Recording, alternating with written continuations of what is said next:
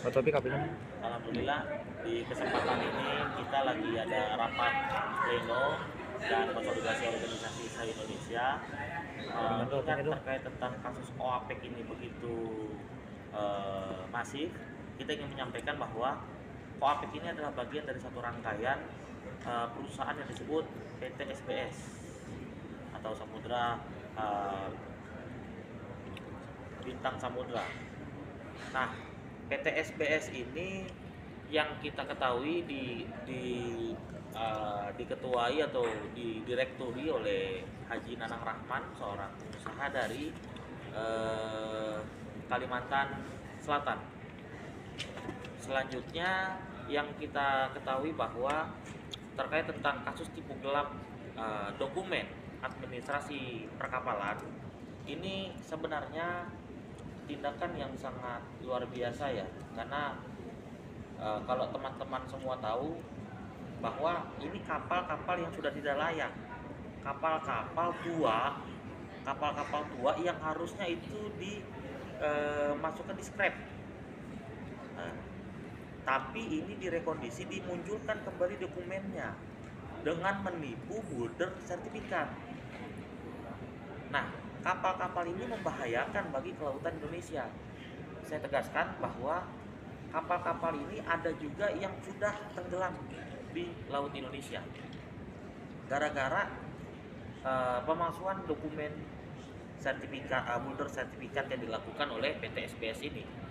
Nah, kerugian negara yang dilakukan oleh PT SBS ini juga sangat luar biasa, ratusan miliar hingga triliunan.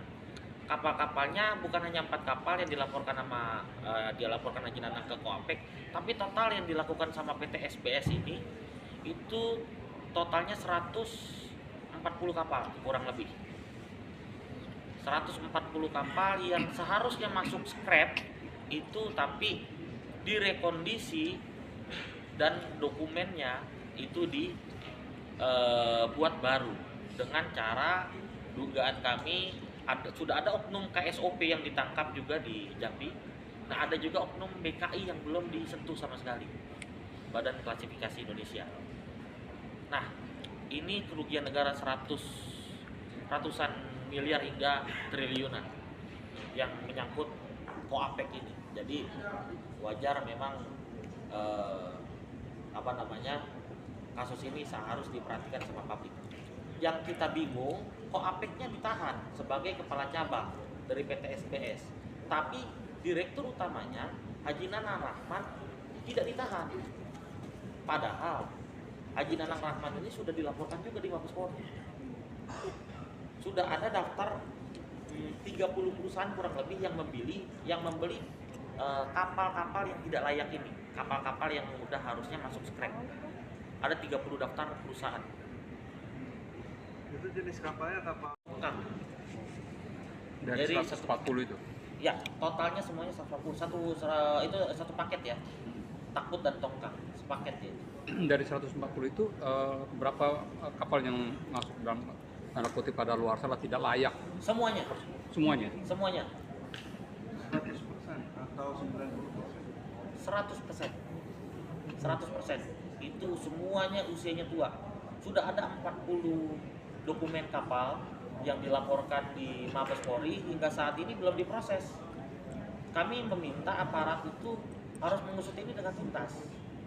Di rapat konsolidasi ini, karena ini kerugian negara ratusan hingga triliunan rupiah yang melibatkan oknum-oknum dari pemerintah juga ikut terlibat, kami akan bergerak apabila Haji Nanang Rahman tidak segera ditetapkan tersangka dan 140 kapal ini atau 40 kapal yang sudah dilaporkan di Mabes Polri itu ditarik, tidak layak edar.